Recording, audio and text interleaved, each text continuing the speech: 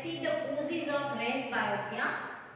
So the causes of race myopia means there is no the person who is suffering from the race myopia, they cannot set the focal length, they cannot distinguish the near point.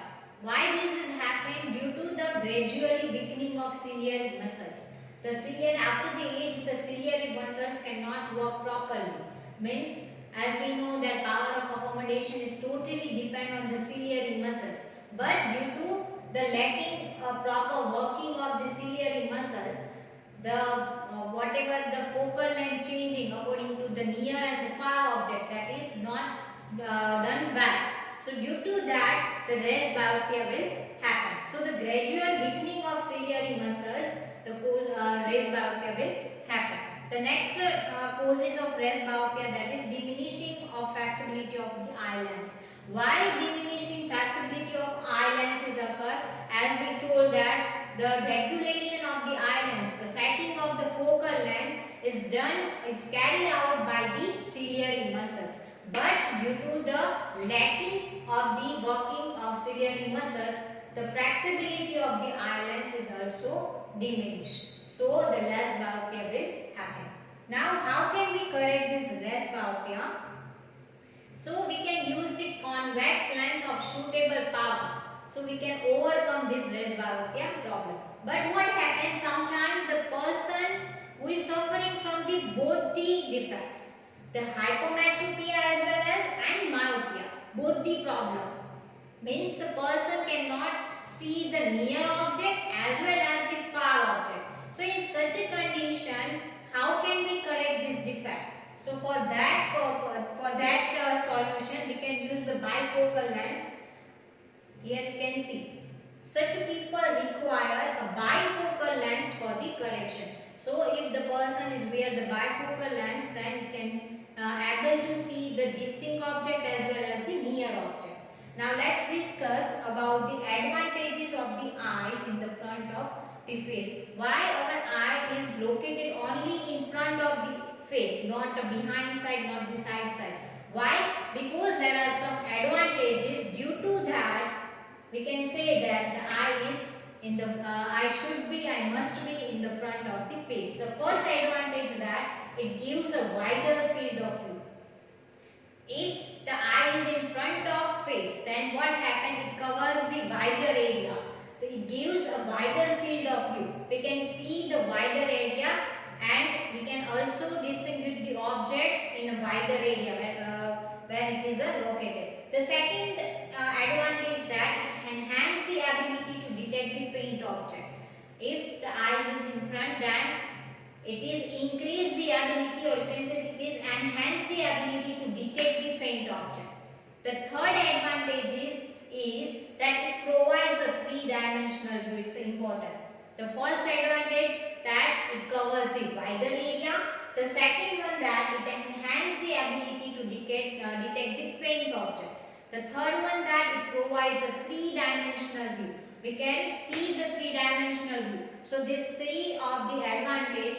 Due to that, we can say that eye should be in front of the face. The first one that it covers the wider area. Second, it enhances the ability to detect the faint object. The third one that it provides the three-dimensional view. Now the next topic, that is of refraction through a glass prism. As we discussed this difference between a refraction and a reflection. Reflection means suppose an opaque medium is there, then at that time the incident ray is bounced back. So that phenomena we can say that a reflection. But whenever the medium, or you can say medium is transparent, so at that time the light ray cannot reflect it back. In such a condition, light is passed from one medium to another medium, and from the separating surface it is slightly bent. So this phenomena is known as a refraction. What is the difference between reflection and refraction?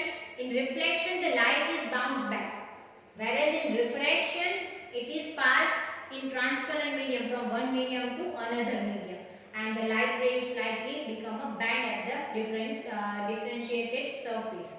So that phenomena we can consider as a diffraction. Now in this topic we will going to learn a refraction process in a glass prism. How the refraction is occurring in glass prism, that we have to learn. Now first of all we see the prism, the structure of the prism. The prism is mainly made up by the two triangles in front side and the back side. It is made up by a two triangle as well as three rectangle. One is from the base and the two rectangular at the lateral surface. So we can say that prism, it is a pyramidal pieces of glass with two triangle base and three rectangular lateral surface. Prism, it is a pyramidal pieces of glass with two triangle. How many triangle? Two. Base and three rectangular lateral surfaces. Now let's see the angle of prism. This part is known as the angle of prism, where the triangle is made to the lateral surface of the rectangular.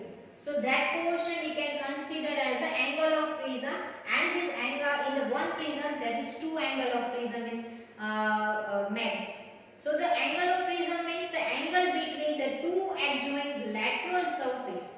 Lateral surface which is a rectangular in shape, and the refraction through a glass prism. Angle of prism means the angle between two adjoining lateral surface and the refraction through a glass prism. So this A, we can consider it as an angle of prism. Let's see the another terminology. So here you can see this ray is incident on the surface A and B of the prism. So this ray is becoming an incident ray. So we can say that the P and E, that is incident ray. Here on the incident ray, we are drawing one perpendicular line that is known as a normal. So here the and dash, that become a normal. Then the incident ray is made an angle with the normal is known as the angle of incident. So this I, that is known as the angle of incident.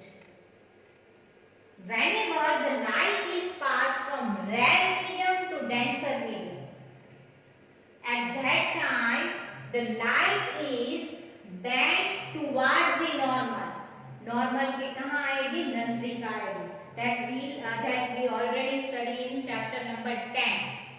Here the air is become a rare medium and this glass is become a denser medium. So whenever the light is passed from rare to denser medium, at that time the light is bent towards the normal. Whatever the actual path, which is the actual path of incident ray, this one. But instead of going this way, it is passed to this way. And this is the normal. Here you can see it is come towards the normal. So whenever the light ray is passed from rare medium to denser medium, it is slightly bent towards the normal. So this is become a incident ray. Incident ray is made one angle with the normal, that is called the angle of incident, and then it is bent. So this become a refracted ray. So we can say that E and F, that become a refracted ray. So the refracted ray made an angle with the normal. So this angle is known as the angle of refraction. So this R we can consider as an angle of refraction. After the refraction, the angle is derived, means it is come out, it is emerged from the prism. So this ray is become a emergent ray, means the F and S, that become a emergent ray. Now what happened in this condition? Here the glass is a denser medium and air is a rare medium. So whenever the light is passed from denser to rare medium, it is go away from the normal. Whatever the actual path, which one is the actual path of this ray? This one, this straight line. But instead of going that line, it is go this way, this way. So what happened? It is go away from the normal. So whenever the light pass from denser to rare medium, it is go away from the normal, and this is become a immersion ray. So the ray of immersion is made an angle with the normal, that is called the angle of immersion. Now one more terminology, that is called the angle of deviation. The angle between the incident ray and the angle is made up by the immersion ray. This d is known as the angle of deviation. So this d, that is known as the angle of deviation. Let's see here. Here you can see the PE. This P and E, that is become an incident ray. Then EF. This E and F, that become a refracted ray. Then this F and S become a immersion ray because it's immersed. So F and S become an immersion ray. Now A, that is starting of the part that I already discussed.